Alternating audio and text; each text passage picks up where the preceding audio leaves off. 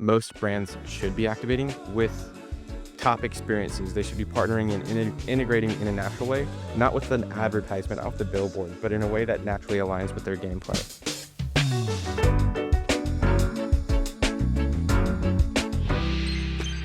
It's time for Brands in Play, your favorite podcast about immersive marketing and the people who are pioneering it.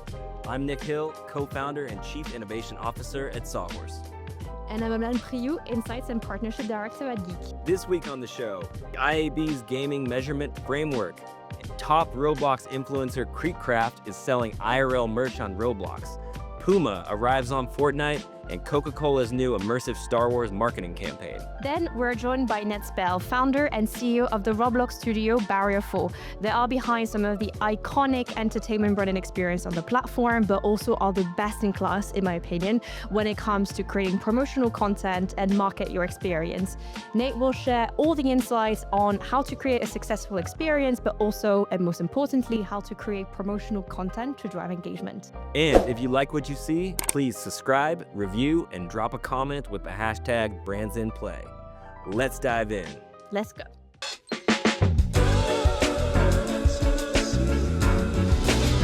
Albane, what's up? How are you? I'm very well. How are you doing? It's 1,000 degrees in the UK, so boiling, absolutely boiling. And there's no ACs, obviously, in the UK households. But other than that, very good. This is not the first time I've heard about this. It does get hot over there from time to time. I feel like you guys need to invest in some AC. Yeah. I mean, we have fans, but it's just like the houses here are meant to trap heat. And this is very, very warm. Nothing like LA, but just so warm compared to what we're used to.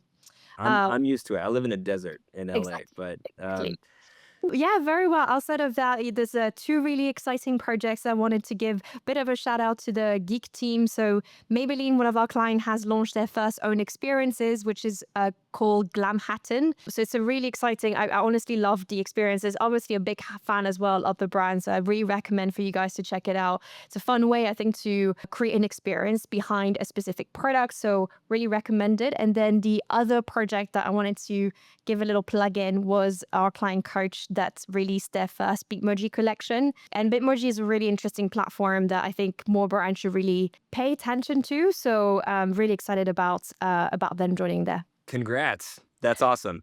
I'm stoked on Bitmoji. I feel like we don't hear about them enough. Maybe we should Exactly. have them on the show at some point. 100%. I would love to. What about you? What's new in the Soho side this week? Yeah, last week we launched our Megan 2.0 Roblox Yeah. activation, and that was in partnership with Roblox, the Roblox Innovation Studio. And so we're excited. That film is out. It just opened up over the weekend. We got to integrate into several different games. We made the trailer immersive, and we kind of made some pretty big impact across the whole platform. So that was awesome. Also, I'm stoked on that movie. I want to go see it. Did you see the original? Yes, I saw the original. I don't think it's out yet in the UK, the second one. So I'm really excited to see it. But the first one was incredibly creepy. So we're quite blessed in the horror film, right? Because there's 28 years later that just came out. Yeah. That one. So really blessed for a summer of horror. This is great. I'm here for it. I'm excited. I have a friend that went and saw it 28 years later, and And he said that his wife walked out because it was too intense. So they I left the was movie theater. fan So of the that to me was a good indicator that yeah. I'm going to like it. Um, and then the other thing is I just started watching Squid Game on Netflix, the new season, which I am not disappointed. I'm about halfway through. It's awesome. Okay. Are you amazing. watching that? So I'm still on season 2. So I'm going through that now, but because I'm the kind of person that needs to see the whole story. So I didn't want to, I don't know. I wanted to have a bit of time. So now I'm watching season 2 and season 3 back to back. That's actually good because, like I said last time, they did it's one season. They just broke it off. They're cheating. Exactly. It's actually season 2. So you're good. Just watch it. There's no break in time. It's just a story. So you're Amazing. gonna love I'm it. super excited. Shall we the news? Yes, let's go to the news. Okay, so my first news story is Puma releasing kicks on Fortnite. I'm super excited to see Fortnite continuing to partner some of the most iconic shoe brands. So just to recap for those that missed it, but they've done partnership recently with Crocs, Van, Nike, Adidas. And I think something to highlight a little bit is not only are they partnering with these brands, but they're very tailored about which model of shoe is coming on Fortnite. And we've seen it with Crocs, we've seen it with Adidas and also Vans, where they chose some of the most iconic, but also Gen Z relevant model. And they didn't miss the mark, in my opinion, with Puma, where the model that kept my attention is the Speed Cap model. So I don't know if you're familiar with those shoes, but they were in my time, in my youth. Those were the model that put Puma on the map. And they most recently, and this made me feel incredibly old, but they most recently made a resurgence among Gen Zers. And I thought it was really clever to see how Fortnite is again trying to find brands and integrating them with an angle of appealing to Gen Z. So a big shout out again to not only the Puma team, but also the Fortnite team for this partnership. Yeah, I'm stoked on it. I thought it was awesome. Yeah, the Speed Cat. It's the OG Yeah, vintage. yeah, I We're used to wear dating ourselves. It's exactly. not new for us. Exactly. I used to wear them when I was in school, like maybe like, I don't know, 12, 13. So it's just, I think it's like, it's a reflection of time when trendy things come back into fashion and you're like, oh God, this is it. I got old. Really excited to see them on the platform. And I think there was a lot of team members that are from that generation that were very excited by those models being on Fortnite.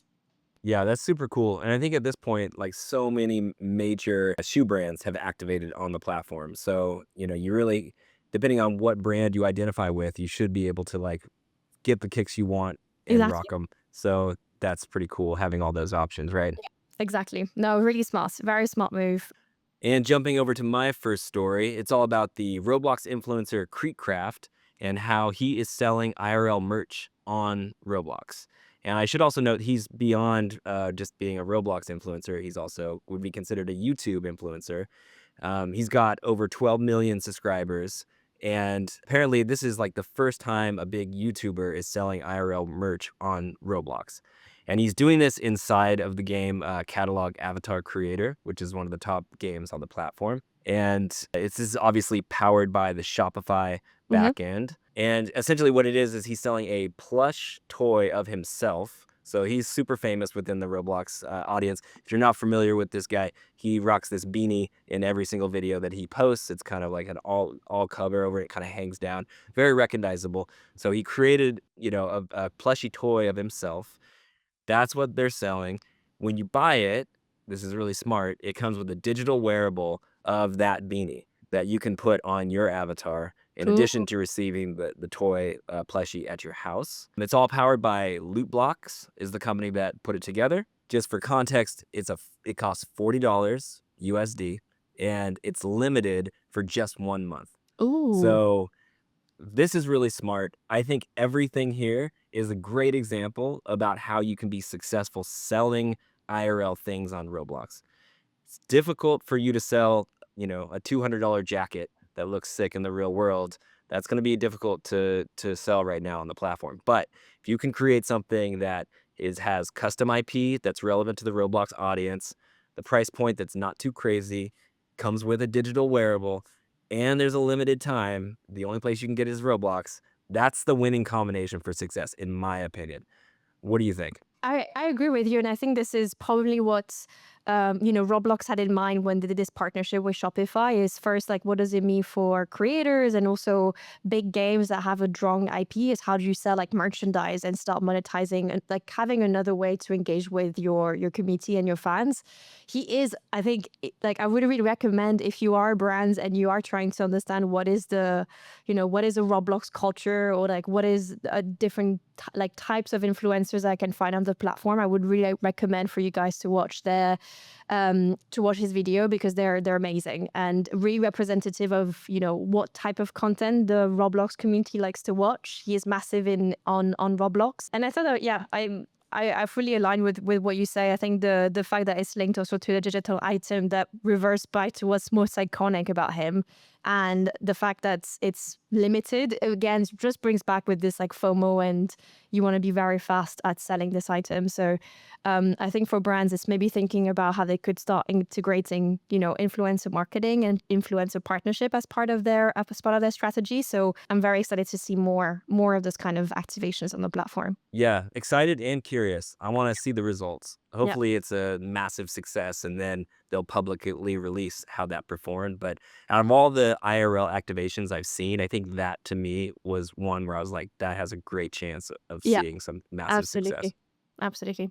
On to the next story. So my next story is the IAB launching their gaming measurement framework. So this is really exciting, I think, for the industry, because I think there's been, if you're a brand, I think in the past there wasn't a standardized way for developers and platforms to measure and standardize the way that they're measuring ads performance. So what they've done essentially is start tiering the type of metrics that you should expect cross-platform. So they're calling that the baseline metrics. So those are the guaranteed metrics that every platform should be able to provide you if you are brands and running ads onto that platform. And then the other ones are additional metrics, which are nice to have, meaning that not every platform might be able to provide you with this insight, so this data, but it might be something that some of the platforms are available. But something that I think was very much needed was to start to categorize the different types of ads that you can expect within gaming platforms. So what they've done is looking at by type of ads. So you have display ads, video ads, audio ads, but also custom ads. What are the different metrics that falls under that and the sub tiers that fall under this? And why I wanted to bring this up is that within custom ads falls virtual worlds integration, playable ads, and digital UGC, which we talk about a lot on this podcast. So while display ad and video ads will have, I think, some of the metrics that you can expect from any ads, think like impression, click thread, etc.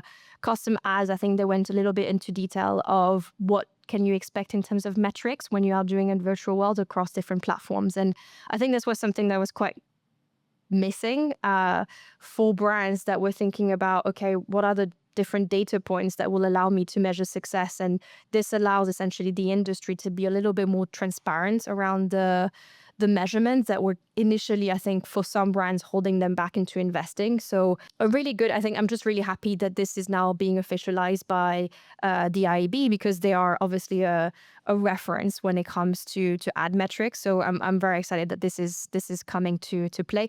Obviously for us, Nick, these are data points that we're quite familiar with, but I think for brands, it can be a bit daunting about the type of KPIs that you should be able to ask your developers or the platform themselves. So I thought that was a great step forward and worth mentioning. But what was your thought on it? My thoughts, I was just so happy to see it, so relieved. I feel like that I really respect the IAB and their point of view and their connections and the impact that they have within the industry. The fact that they're really putting a focus on gaming and trying to like make that standardization Yeah. measurement system is so needed. To your point, it's like so many brands, they're not really sure what the KPIs are, what they Yeah. should be. And it's interesting because there's not like one or two major platforms that people market inside of gaming. It's like they're doing these campaigns inside of every single different game, and every game has different rules. It's owned by different people. They're all walled gardens. Like it's hard to standardize that, but we do know that there's such a massive sort of drive by brands to get inside of these games to reach these younger generations. So, and the money talks. It's like the money's flowing in this direction. So there's just more and more demand for that transparency and that reporting Mhm. across all of this space. And I feel like the IAB is going to be a leader in that to help this make sense for everybody involved. So I was Yeah. happy to see it.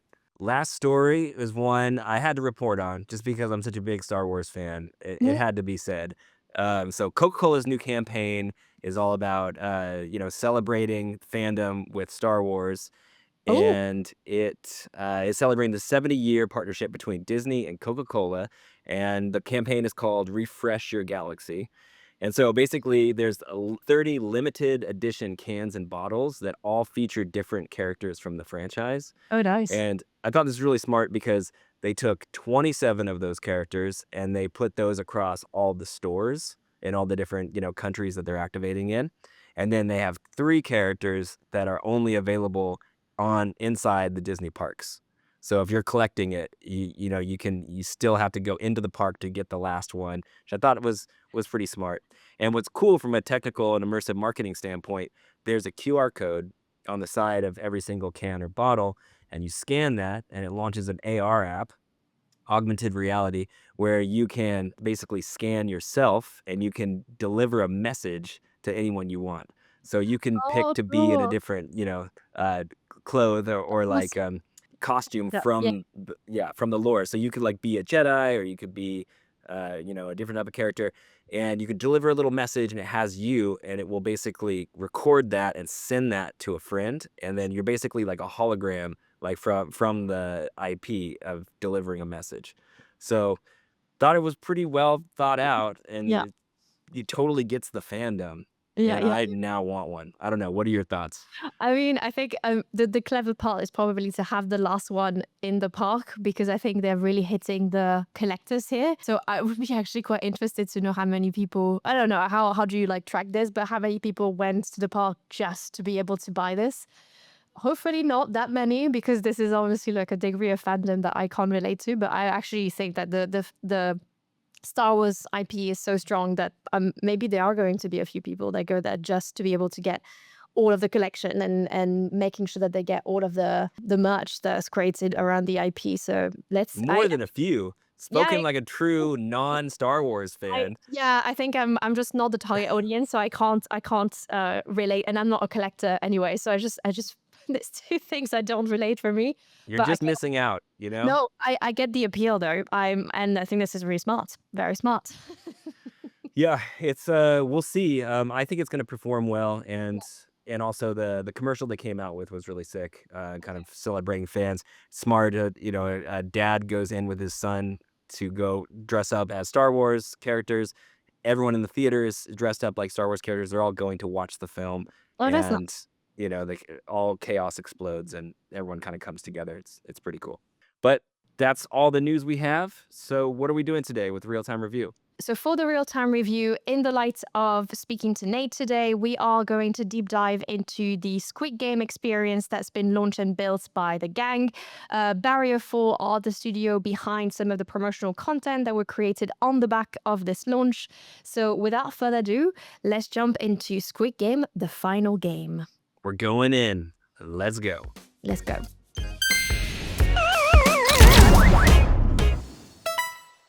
Okay, so here we are in the Squid Game, game on Roblox, created by the gang for Netflix. And we're seeing this dorm area, which, if you are familiar with the show, it's this big open dorm area with the beds where all of the contestants hang out when they're in between killing each other in these crazy games. And it's got the big golden pig full with money at the top. So this looks exactly like the show. Feel fully immersed. It's pretty cool. We've Yep. also got a shop over here where you can buy branded items from the show and the lore. And then we've got a countdown clock it's being set up before the next game goes. All right, game one, hide and seek. First game, hide and seek. Second is red light, green light. Okay, so hide and seek is something that I haven't seen in season 3. So can you tell me a little bit about it? What's the game? How do I not die? Come on. Good. I'll give you the Help a quick friend. rundown. So half the players have knives, Okay. and then half the players have keys.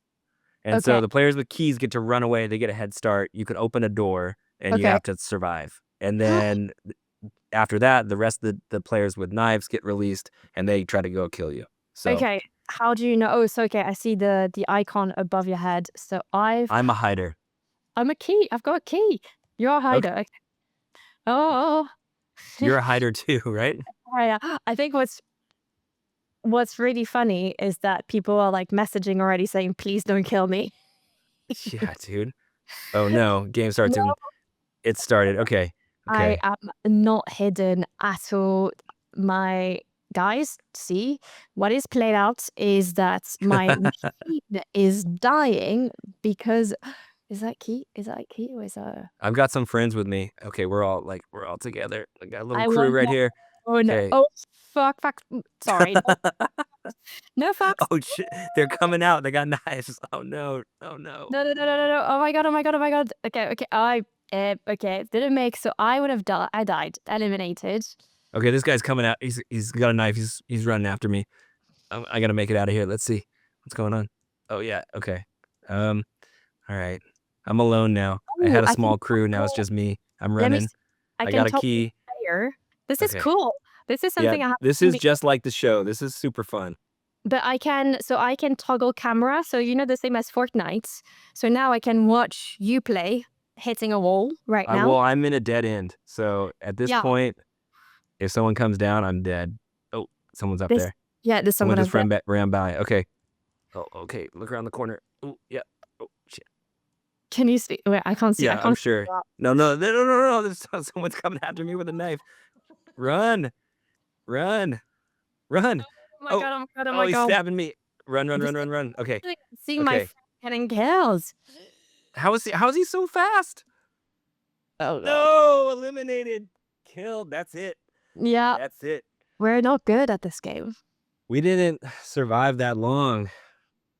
Okay, so I think we both proved that we would be the first to die if we were to participate in a real life Squid Game. So why don't we jump in and talk to Nate to learn more about the process to be able to create promotional content around this wonderful experience. I'm into it. Let's talk to Nate. Let's talk to Nate. Let's go. Let's go.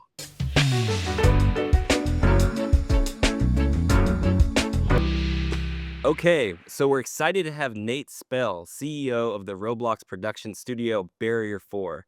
They are Roblox natives and they know how to really tap into and connect with the Roblox community. I met him at RDC years ago and we've been friends ever since. Barrier 4 has worked with some of the biggest brands like Gucci, Walmart, Paramount, Nickelodeon, and most recently, Netflix. And they've collaborated with top Roblox agencies like Voldex, Dubbit, Twin Atlas, and Sawhorse. I appreciate that partnership, Nate. Thank you. And the one thing they do really well is Roblox animation. We'll crack into what that is in a minute. But Nate, welcome to the show, man. Thank you. Very lovely intro. Excited to be here. Thank you. So I first want to start with the most recent Squid Game animated recap video that you made for Netflix. Can you explain to our audience, what that is? What is Roblox animation and how you made it? When people think of Roblox, they think of gaming, and very little people, I think, would immediately think of Roblox as a tool for animation. But that's something, especially within the last couple years, that we've been really diving into is like, Mm. how can we use Roblox as an animation engine and a new way to interact with players? We started out doing some stuff with Nickelodeon, and that was like recreating some of their IP. And that led us to where we were at this week, working with Netflix to recreate and Robloxify the Squid Game season 2 recap to kind of kick off and launch season 3, the final season of Squid Game. And what we did, and when I say Robloxify, I mean we take this actual cut of Squid Game, so different bits of the season compiled into a short clip, about a minute long, and we go scene by scene and take all of the characters, all of the environments in the entire story and recreate it one to one on Roblox. So that's taking, player 456, making him a Roblox character. That's taking the front man, making him into a Roblox character. That's all the accessories. That's their hair. That's their clothing. That's the mask.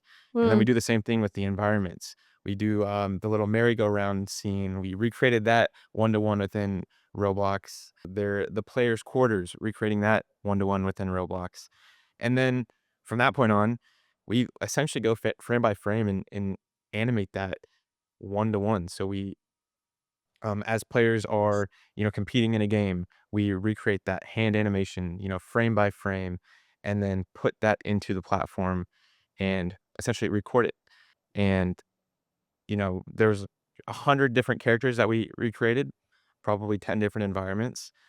Probably one of the more complex animations that we've done at a studio, and probably one of the more complex series of animations that played on Roblox as a platform. So that's kind of high level what we did and how we're using Roblox for animation. That's super dope. I love that. So I guess the once you make the video and you have it, you are playing that not only inside the Roblox platform, but also externally, right? Across all other platforms as far as promotion and reach. Yeah. So there's a couple different use cases that we've been using Roblox for, and one is, yes, the social media content. So it's recreating, Squid Game on Roblox for use on social media like Twitter, Instagram, TikTok. But we've also taken it a step further, also with Netflix, where we recreated Cobra Kai. Um, and that was a playable episode. So it was 30 seconds, recreated that episode, and then that led into gameplay. So like a player got punched in the stomach, the camera spun around, and now you are that player, and you have to fight off the bullies. And then once you do that, you complete the mission, it goes back into another cutscene. So there's two main routes, and it's playable media where you can become the characters, and then there's the social media aspect, which is highly shareable, Robloxified content. And as of earlier, probably last night, we passed 5 million views across Squid Game in the first few days, which is awesome, and it shows that how shareable that content is, especially if you do it right and do it with IP that fans already love. Uh, so those are two main routes that we've been using. That's amazing. I wonder if you could tell us like because your business is really unique in the space where you just mentioned you started as an animation studio, but you're also now creating full on own experiences for brands. I'd love to maybe understand and take a step back when you started and created Barrier for what was missing within the market that gave you the idea that there was a miss to have a animation studio. Was it a demand? Like, what was the market like when you started, and then what is it like now? Yeah, I guess to give you some quick background about myself is I essentially grew up on Roblox. I joined the platform when I was 12 years old. Started playing, Welcome to the Town of Robloxia. Pretended to be a little police officer and played ever since. And that was 13 years ago.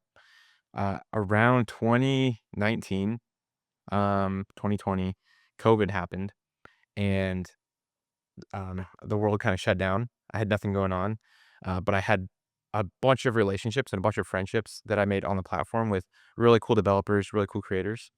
And I thought to myself, I might as well, start a podcast, kind of like this, where I interviewed all of these people, got to know their story. I called it Roadblocks because we talked about Roblox and the challenges that they faced on it. So Roadblocks on Roblox.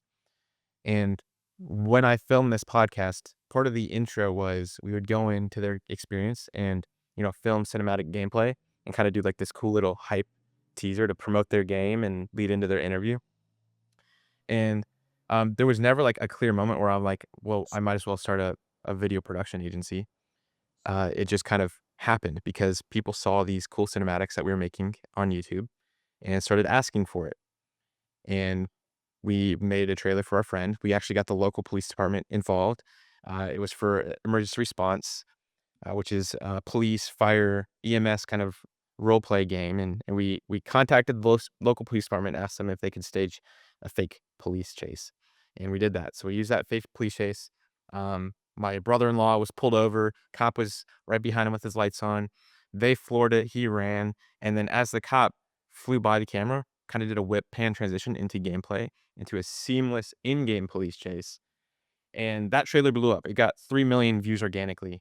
And conveniently, and I guess luckily, this was around the time of the big brand boom when everyone was seeing Roblox as this big opportunity to advertise their brand on the platform.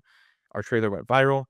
Brands started to reach out and then asking for game trailers, asking for video content.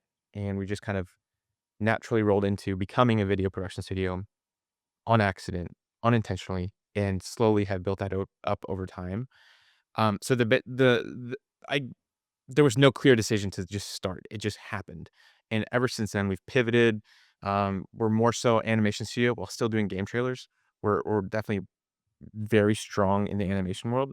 Parallel with that, it's the native Robloxian strategy where these brands, are coming to us asking for, our insights as people who grew up on the platform. So that's kind of long story short how we came to be.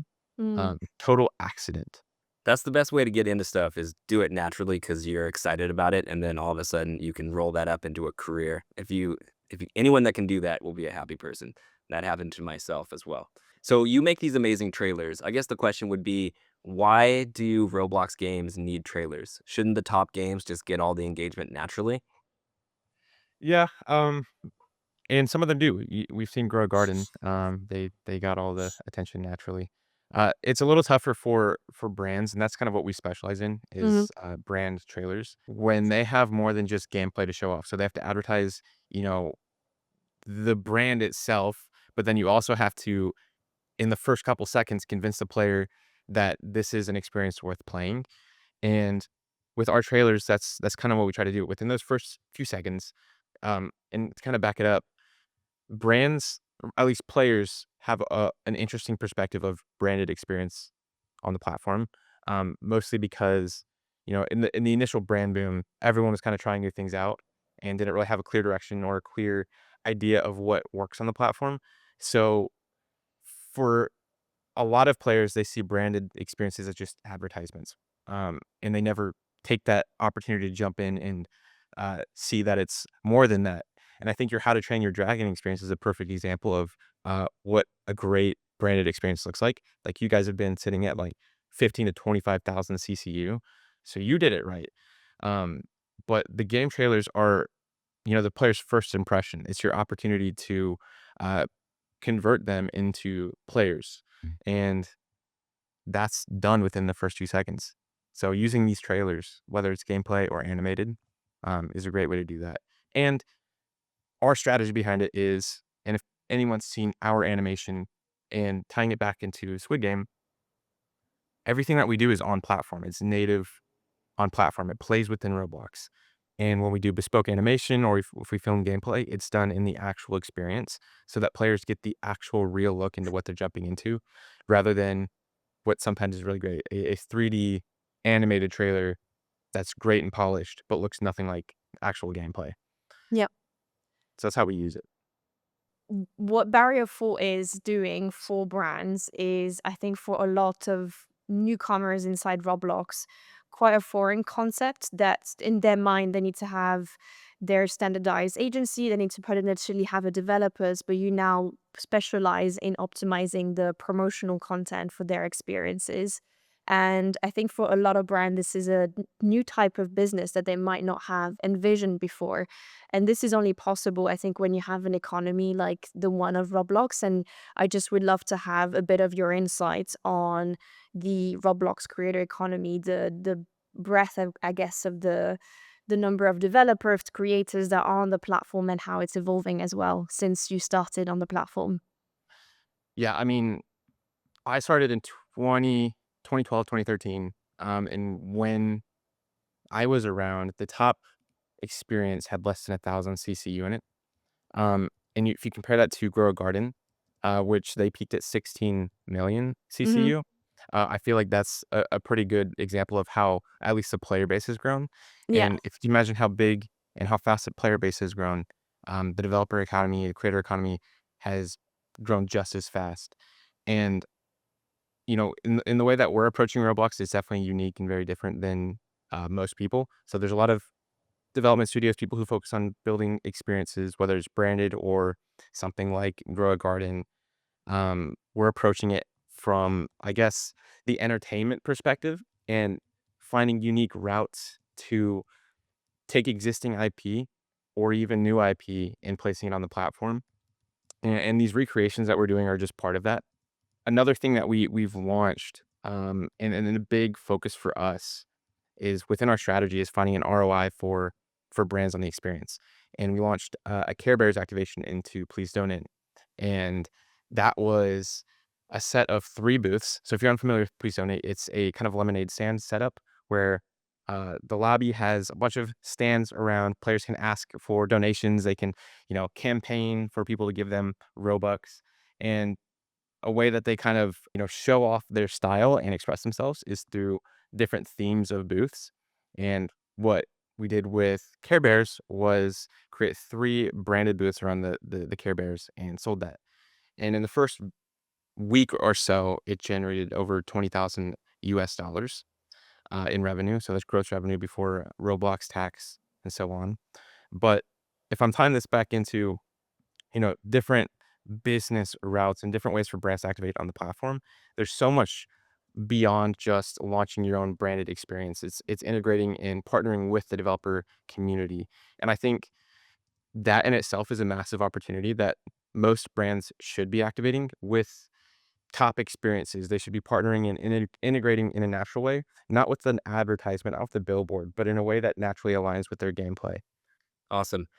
I want to talk about like what type of concepts and what type of themes like resonate with the Roblox audience. I think a mistake often is a lot of brands think that they understand that audience and they want to come in and make a commercial that or a trailer that the community is going to love, which oftentimes they don't. So I guess my question for you is like, what type of content resonates? Talk a little bit about the different subcultures that exist inside the Roblox community and how you reach them. Yeah, so the way that we approach our trailers, it's got to be native to the platform, and that comes back to, are we animating in platform? And in our case, we are. Everything that we do plays in the platform, and that's what players want to see. And with the Squid Game stuff, it's recreating scenes. So if you're doing like How to Train Your Dragon, and you guys did this in your trailer, and I thought it was awesome. You you recreated a portion of the trailer actually within the game.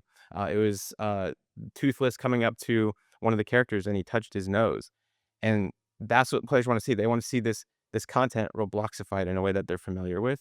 So it's including little bits of that in the trailers that you launch, and then it's showing off the cool, fun elements of the experience. What makes it fun beyond the fact that it's just a brand.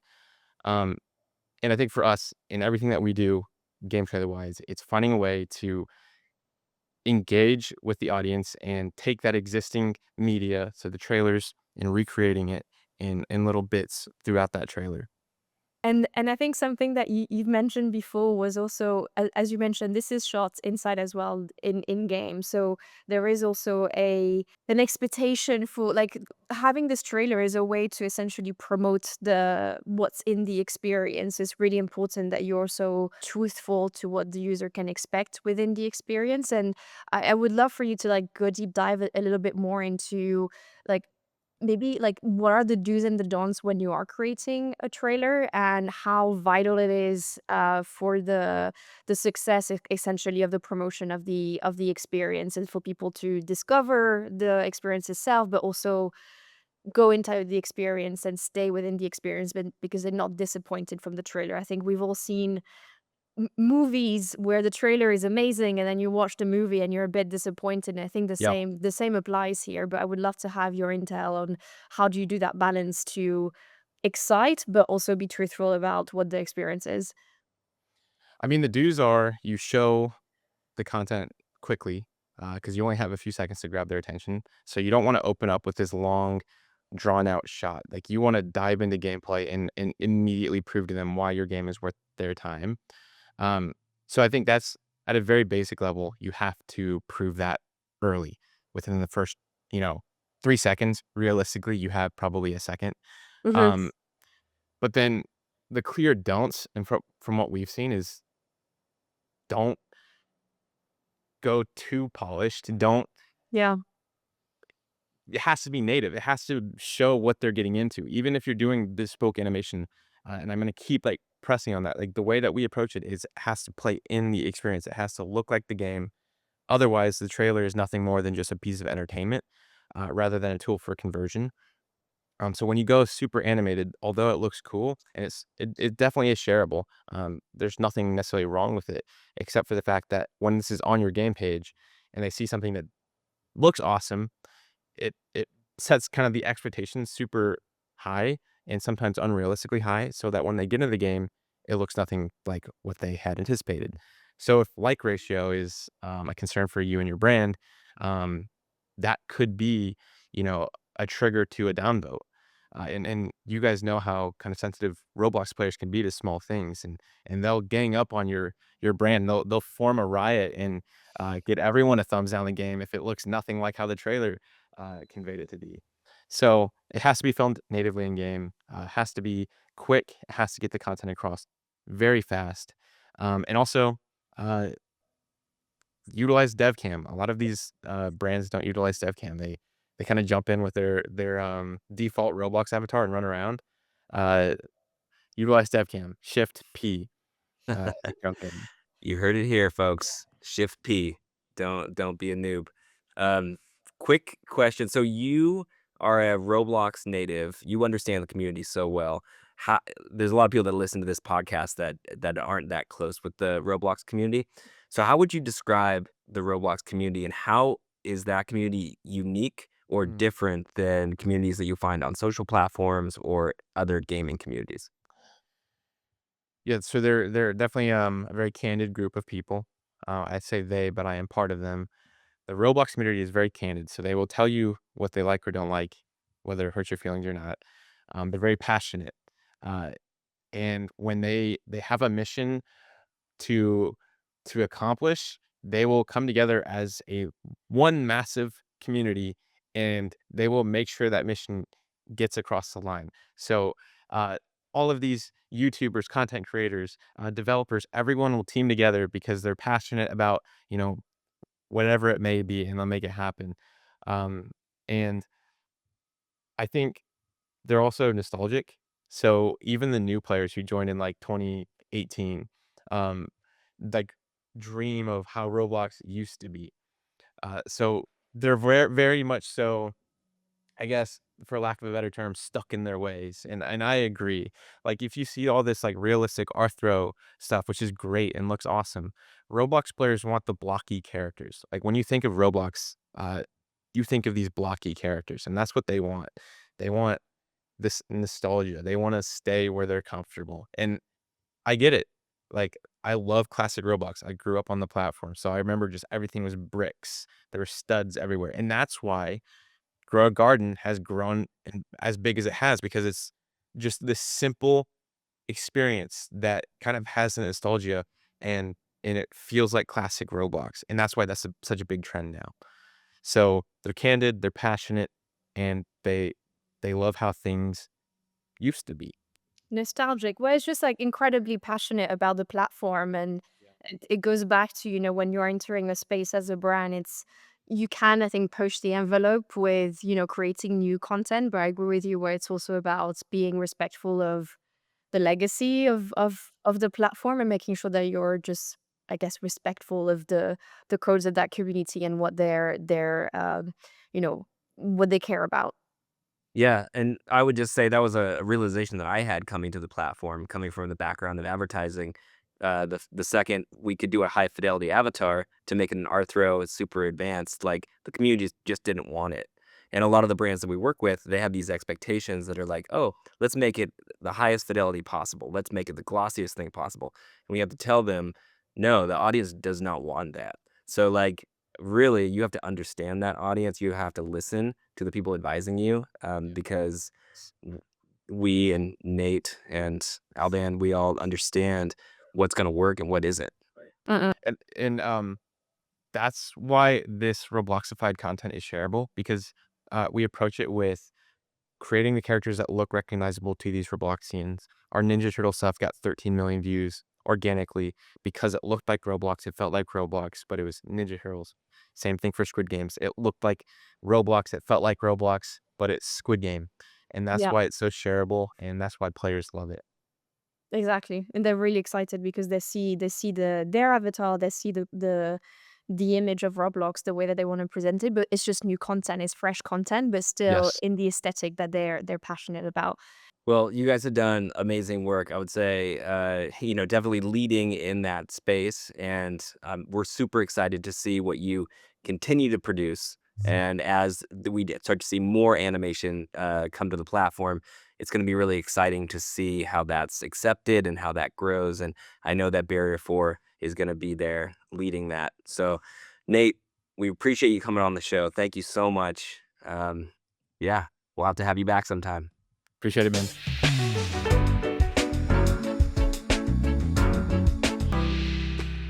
Man, I love talking to Nate. That guy's awesome. What'd you think? I honestly, again, such a pleasure. We worked with him many times in the past, and I think in terms of, creation of experiences, but also promotional content, they are like the best in class. And I think a key learning here, and something for brands to think about, it's obviously incredibly important to think about what your experience is, but the amplification is as important. And you really need to think about your experience as organic content. And when you are launching this on a platform like Roblox, you really need to have a strong amplification strategy in which creation of promotional content, paid media, influencer marketing, all of that is part of it. So embarking with a partnership with a studio like Barrier 4 is something that you have to think about when you are creating those promotional content. So it was really good to talk to Nate about it. But what was your key takeaway? Yeah, agree with all that. And also just wanted to highlight their animation abilities. The fact that they're Yeah. creating all of this IP, this sort of watchable IP in Robloxified form. I'm really excited about that. And I wonder if the user behavior on Roblox is going to change to become more passive watching. Is there a world where Roblox will become more of a social video, sort of social content type of way users are kind of enjoying their time there in addition to gaming? I don't Mm-mm. know. I mean, the jury's out, but you could see a world where that's possible, and if so, I Absolutely. think Barrier 4 is gonna have a big hand in that. Yeah, that's such a good point. I think that's really interesting on like, are we gonna see Roblox series? I feel like people are already doing this, like shooting little films and, role playing scenarios. So I'm sure we're gonna see more of that because people just love Roblox in general. They lost several experiences, so they probably just want more content around it. It's all Uh, about content. Points. Yeah, yeah, yeah. Now moving on to my dreaded time of the episode, which is what's played out. What is played out? Albane, what is played out this week? There's So something that bothers you every week, right? it's just I never know what to put in there. So it's kind of the last thoughts that I don't really prep for. This is a coming clean, but this is the last thing that I think about every time I do this episode. So I'm just confronted every time. I'm like, oh God, what is played out this week? I think I'm just gonna say the weather. Really, the weather is played out. It's too hot. The UK is not meant to be this warm. Uh, our houses are made of like really tough bricks and they keep the heat. So I feel like I'm in an oven right now. So That's that's fair. my played out. It's too hot. Yeah, well, that's one of the things that will always be played out. If it's too cold or too hot, you will be miserable. That's a universal truth Yeah, for yeah. all things. Very, So very British complaining about the weather, but that's literally the only thing I can think of this week. It's just really warm. no, I think that passes. Okay, I'll what? talk about my played out, and this Yeah. isn't so much like a complaint, more of an observation, but I feel like there's a missed opportunity for Roblox games to have a creative backstory and a creative story at all.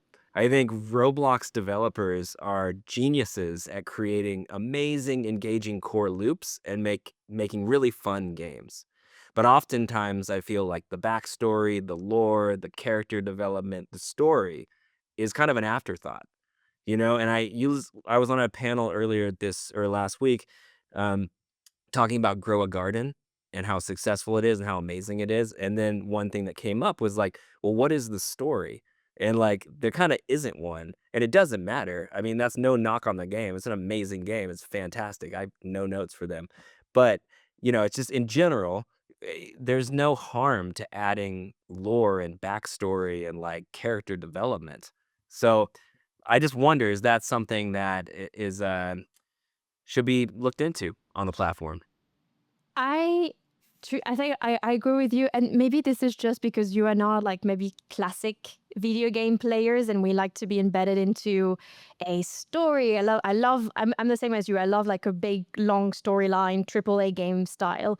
But I think it's just Roblox is we need to remember it's like snackable content.